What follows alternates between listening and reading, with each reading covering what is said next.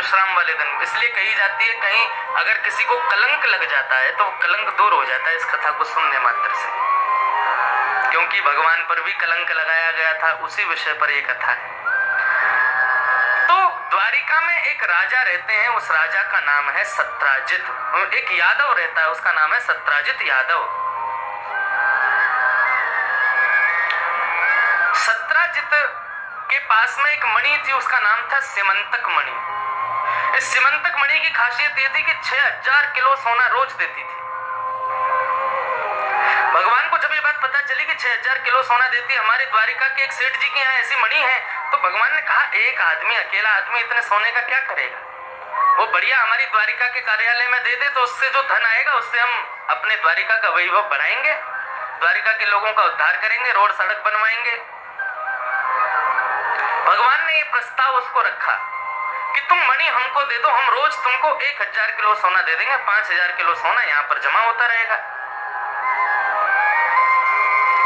उसने मना कर दी, बोले कि नहीं, मणि मेरी है, मुझे सूर्य ने प्रसन्न होकर के दिए, मैं आपको नहीं दूंगा।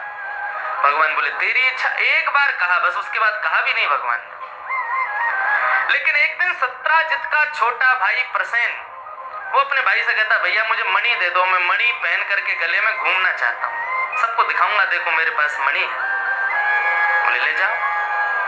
अब प्रसेन अपने गले में मणि पहन करके और पूरे नगर में घूम रहा है घोड़े पर, सबको दिखा रहा है, देखो हमारे पास सिमंतक मणि। भ्रमण करता करता जंगल की ओर गया, तभी एक शेर ने उसको देखा, उसकी मणि को चमकता हुआ देख शेर ने जोर से झपट्टा मारा, प्रसेन को मार दिया, उसके घोड़े को मार दिया, और उसकी जो मणि थी उसको शेर ने ले लिया। और शेर लेकर के उस मणि को जाने लगा, तभी एक भालू सामने से आया, उसने देखा शेर के हाथ में कुछ चमक रहा है, दोनों का युद्ध हुआ, भालू ने शेर को मार दिया, मणि लेके भालू चला गया। ये भालू कोई और नहीं, श्री जामवंत जी हैं, श्री जामवंत जी। और जामवंत जी की बेटी है जामवती। जामवंत जी ने वो मणि ले जा करके अपनी पुत्री जामवती को खेलने के लिए दे दी, बोले खेलो बेटा इससे। अब हुआ क्या, बहुत सावधानी से सुनना, बड़ी मजेदार कथा है। अब भगवान से तो उसने मणि देने को मना कर दिया था, लेकिन एक दिन उसका छोटा भाई प्रसेन उसके पास आया और उससे बोला, भैया हमें मणि दे दीजिए, हम पहनेंगे और सबको दिखाएंगे, हमारे पास मणि है, हम सबको दिखाएंगे। उसने अपने छोटे भाई को मणि दे दी। प्रसेन उसे पहनकर पूरे घोड़े पर सवार होकर पूरे शहर में घूमा और शहर में घूमता हुआ सबको मणि दिखाता हुआ फिर जंगल की तरफ निकल गया। जंगल में उसे एक शेर मिला। शेर उसके आगे आया और उसने प्रसेन को मारकर मणि लेकर चला गया। शेर के पास मणि देखकर आगे उसे एक भालू मिला और भालू ने शेर को हराकर उससे मणि छीन ली। भालू कोई और नहीं, जामवंत जी थे। उन्होंने शेर से मणि छीन ली और अपनी बेटी जामवती को ले जाकर दे दी कि लो बेटा इससे खेलो। भगवान ने सत्राजित से मणि मांगी थी, लेकिन उसने भगवान को नहीं दी थी, इसलिए उसको ऐसा लगा कि मैंने द्वारकाधीश को मणि नहीं दी थी, इसलिए उन्होंने मेरे भाई को मारकर और उससे मणि छीन ली। जब प्रसेन 5 दिन तक नहीं लौटा तो सत्राजित ने सारे नगर में हल्ला मचा दिया कि द्वारकाधीश ने मुझसे मणि मांगी थी और मैंने उनको नहीं दी थी, इसलिए उन्होंने मेरे भाई को मार दिया और उससे मणि छीन ली। सारे शहर में हल्ला मचा और सब भगवान की बुराई करने लगे कि एक मणि के पीछे इन्होंने मार दिया, कैसे भगवान है ये, द्वारकाधीश की सब जगह बुराई होने लगी। अब सारे शहर में हल्ला हो रहा कि भगवान ने उसका भाई मार दिया। जब रुक्मिणी जी ने यह सुना तो उन्होंने भगवान से कहा, प्रभु सारे शहर में हल्ला हो रहा है कि आपने उसका भाई मार दिया और मणि छीन ली, आप कुछ करिए। भगवान बोले, होने दो हल्ला, जब हमने कुछ किया ही नहीं है तो होने दो, क्या करेगा कोई। रुक्मिणी जी बोली। जब रुक्मिणी जी ने बार बार कहा तो उनके बहुत कहने पर भगवान ने कहा अच्छा ठीक है। वो अपनी सेना को लेकर प्रसेन को ढूंढ निकले। चारों तरफ उससे ढूंढा।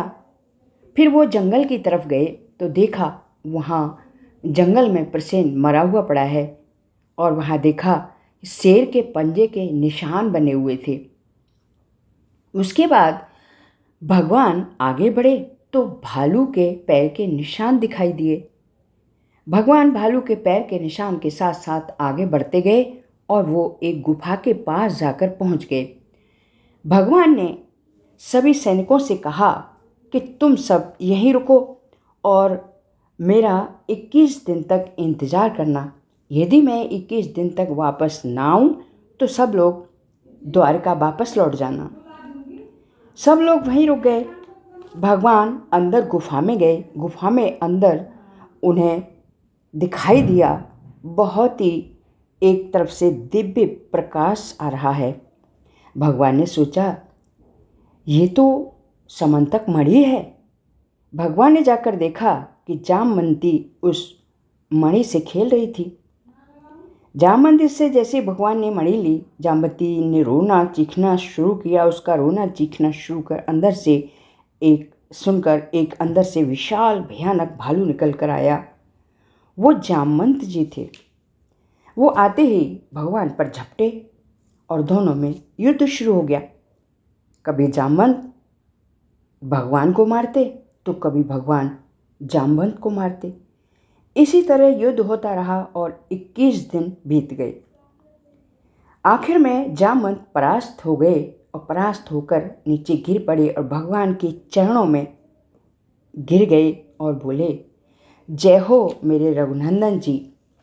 भगवान जी चौंके। रघुनंदन जी? हाँ प्रभु, मैं जामवंत के वचन सुहाए। प्रभु मुझे भूल गए। भगवान ने कहा तुमने मुझे पहचान लिया? हाँ प्रभु, आपने तो मुझसे पहले ही कह दिया था कि आप आएंगे मेरी कुटिया में। मैं आपको कैसे नहीं पहचान सकता। जब रावण को मारकर आप आए थे तब सभी को आपने उपहार दिए थे, लेकिन मैंने आपसे उपहार लेने से मना किया था और कहा था कि मुझे उपहार नहीं चाहिए। मेरे हाथ में खुजली हो रही है प्रभु। मेरे बराबर कोई शक्तिशाली तो है नहीं। रावण को आपने मार दिया, कुंभकर्ण को आपके भाई ने मार दिया। अब मैं किससे लड़ूं? मेरा लड़ने का मन कर रहा है। मैं लड़ना चाहता हूँ। भगवान ने कहा कि तुम्हारे बराबर शक्तिशाली कोई नहीं है, सिर्फ मैं ही हूँ। जामवंत ने कहा तो मैं आपसे ही लड़ना चाहता हूँ प्रभु। भगवान ने कहा हम तुम्हारी इस इच्छा को जरूर पूरी करेंगे। द्वापर में हम तुम्हारी इस इच्छा को पूरी करेंगे। हम कृष्ण बनकर आएंगे तुम्हारी कुटिया में तो तुम्हारी ये इच्छा पूरी कर देंगे। आज आपने मेरी इच्छा पूरी कर दी प्रभु। भगवान ने कहा ठीक है, अब हमें मणि दे दो, जिसकी वजह से द्वारका में हमारी बहुत बेइज्जती हो रही है। लोग हमें बहुत बुरा भला कह रहे हैं। जामवंत ने कहा प्रभु आंखें बंद करके दोनों हाथ आगे करिए। प्रभु ने पूछा आंखें बंद क्यों करें? आप करिए तो सही। आंखें बंद करके प्रभु ने दोनों हाथ आगे कर दिए तो जामवंत जी ने एक हाथ में मणि रख दी और दूसरे हाथ में अपनी बेटी जामवंती का हाथ रख दिया। जब भगवान ने आंखें खोली तो उन्हें बड़ा आश्चर्य हुआ कि जामवंत जी ये क्या कर रहे हैं आप? प्रभु मेरी बेटी जामवंती के लिए आपसे बढ़कर और कौन पति हो सकता है? आप इससे कृपया शादी कर लीजिए। जब उन्होंने बहुत मिन्नतें की तो भगवान को मानना पड़ा और भगवान उससे शादी करके वापस आ गए। फिर क्या हुआ? खजूर उठाया। अब उसको लेकर के जामवंत जी ऐसे ऐसे देख रहे हैं तो सारे बानर भी उसको घुमा घुमा के देख रहे हैं। भगवान कह रहे हैं हम गए तो थे सिमंतक मणि लेने के लिए, लेकिन एक वहां पर बड़ी सुंदरी तपस्या कर रही थी और उसकी तपस्या देख करके हमारा मन उस पर आ गया। हमने जाके पूछा, हे सुंदरी आप किसके लिए तपस्या कर रही हो? तब वो सुंदरी बोली कि हम द्वारिकाधीश को पति रूप में वरना चाहते हैं, उनके लिए कर रहे हैं। तो देवी हम क्या करें, हम तो उससे ब्याह करने में व्यस्त हो गए, ब्याह कर करा के अभी लेके आए, थक गई बेचारी, सो रही है भीतर। रुक्मणी जी बोली सुंदर है? बोले तुम देखना मत, नहीं तो लज्जा आएगी तुमको खुद पे, इतनी सुंदर है। बोले हमसे भी ज्यादा सुंदर? बोले बहुत सुंदर है तुमसे, तो तुम कुछ नहीं हो उसके आगे। और उनको क्या पता भीतर कौन बैठी है। रुक्मणी जी को क्रोध आया और उन्होंने बिना देखे ही शाप दे दिया। बोले इस भवन के भीतर जो भी बैठी है मैं उसको शाप देता हूँ, वो मुझसे थोड़ी कम सुंदर स्त्री हो जाए। अब जैसे ही शाप दिया और जैसे ही किवाड़ खोल के देखा, तुम्हारा जामवती जो भालू के वेश में थी वो एक सुंदर राजकुमारी के वेश में वहां पर खड़ी है। भगवान ने रुक्मणी जी को हृदय से लगाया और धन्यवाद, हमारा काम तुमने बढ़िया कर दिया। अब ये जो दूसरा कलंक लगना था उससे बच गए हम। और भगवान ने दूसरा ब्याह समस्त द्वारिका के सामने श्री जामवती के साथ, और जामवती ने गवाही दी कि ये मणि उनके पास कैसे आई, और सब बिल्कुल क्लियर हो गया। भगवान पर जो कलंक था वो अब मिट गया। अब कलंक किस पे लग गया? सत्राजित पे, जिसने भगवान पर कलंक लगाया था। अब द्वारिका के लोग उसको गाली देने लगे। बोले इसको शर्म नहीं आई, भगवान के बारे में ऐसा बोल दिया, भगवान के लिए ऐसा कर दिया। सत्राजित बड़ी चिंता में बैठा था, क्या करूं क्या करूं क्या करूं, कैसे इस कलंक से बचूं।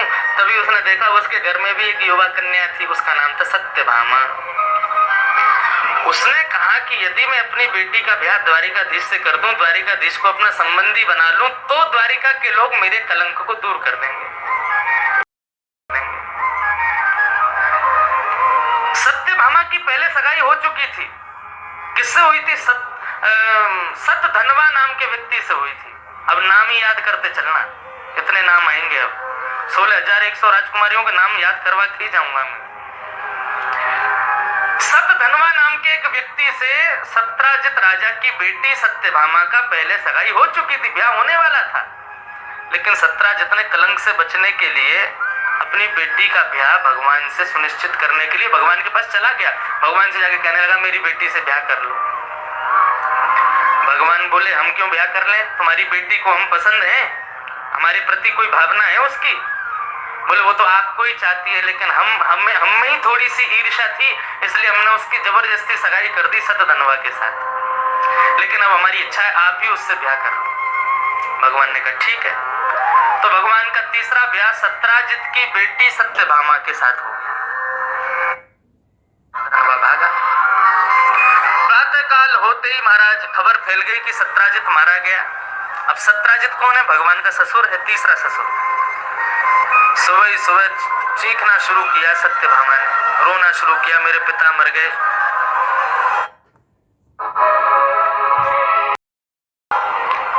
तो भागवत में तो वर्णन ऐसा है कि भगवान भी पछाड़ खा खा के रो रहे हैं, बेचारे बहुत अच्छे थे, कहाँ चले गए। अर्जुन देख रहा है, बोले कितनी जोर से रोना आ रहा है इनको, देखो। तो अर्जुन से भगवान कहते भी हैं, बोले घर में अपना कोई चला जाए मत रो, लेकिन बहू के घर का कोई चला जाए तो उससे ज्यादा रोना चाहिए। वो यही देखती है कि मेरे परिवार के लिए तुमने क्या किया। तो लेकिन बात उल्टी पड़ गई, भगवान इतनी जोर जोर से रोने लगे। सत्यभामा को लगा ये कितना प्रेम करते थे मेरे पिताजी से। आई आकर के भगवान को हृदय से लगा, बोले अच्छा चलो अब तुम जाओ, जाकर के उनके हत्यारे को खोज के लाओ और मणि लाके मुझे दे दो। भगवान बोले तो उल्टी हम ही फंस गए। भगवान बोले किसने मारा, क्या करें, कैसे खोजबीन करी तो पता लगा कि सत्यभामा के पूर्व जिससे ब्याह होने वाला था सतधनवा ने सत्राजित को मारा है। भगवान निकल गए बलराम जी के साथ सतधनवा को मारने के लिए। अब सतधनवा क्रूर जी के पास गया, बोले मैं कहाँ जाऊं, भगवान आ रहे हैं, ये तो मुझे पूरी दुनिया में खोज लेंगे। तो इन्होंने कहा देख तेरे पास मणि मिल गई तो तू मारा जाएगा, तो एक काम कर मणि मुझको दे जा, तू भाग जा। वो मणि अक्रूर जी को देके सतधनवा वहां से भागा। भगवान ने बीच रास्ते में उसको पकड़ा तो भगवान से बच के जंगल की ओर भागा। तो बलराम जी बोले कन्हैया एक काम कर, मैं यही रथ में बैठा हूं, तू इसके पीछे भाग। भगवान पीछे पीछे गए, पकड़ करके बीच में कहीं पर सुदर्शन चक्र से और सतधनवा का वध कर दिया। और और भगवान ने फिर उसको टटोला तो उसके पास मणि थी नहीं। लौट करके भगवान आए तो बलराम जी बोले कावे हो लाला, बोले मार दियो सतधनवा, बोले मणि नहीं वा के पास। तो बंधुओं बलराम जी के हृदय में आया कि लाला की नजर तो बहुत पहले थी मणि पे ही, यानी छुपा के धर लिये, कोई बता नहीं रहा है। और भगवान मनी मन सोच रहे हैं वाह ये भैया हैं हमारे, हम पर शक कर रहे हैं। बलराम जी बोले लाला तू एक काम कर, तू वापस द्वारिका जा, मैं जा रहा हूँ हस्तिनापुर दुर्योधन को गदा विद्या सिखाने के लिए। भगवान बोले जाओ। जैसे ही द्वारिका लौट के आए तो मुख्य द्वार पर खड़ी थी सत्यभामा। भगवान आए तो भगवान को देख के कहा क्या हुआ? बोले हमने तुम्हारे पिता के हत्यारे को मार दिया। बोले अच्छा, मणि? बोले मणि नहीं मिली उसके पास। तो सत्यभामा के हृदय में भी आया कि ये मणि तो बहुत पहले से मांग रहे थे मेरे पिताजी से, इन्होंने छुपा के रख लिया, कहीं मैं उसका प्रयोग ना कर लूं। भगवान वहां पर हम सबको उपदेश करते हैं, बोले यही गृहस्थाश्रम है। आज तक संसार ने तुमको सम्मान रूपी अमृत पिलाया है, लेकिन गृहस्थ में प्रवेश करने के बाद तैयार रहिए, आपको अपमान रूपी विष भी पीना पड़ेगा। पृथ्वी के समुद्र मंथन में ये दो रत्न निकले हैं, अमृत और विष। हमें केवल अमृत पीने को मिलेगा, मतलब सम्मान ही मिलेगा, ऐसा नहीं है। कभी कभी अपमान के विष के घूंट भी पीने पड़ेंगे।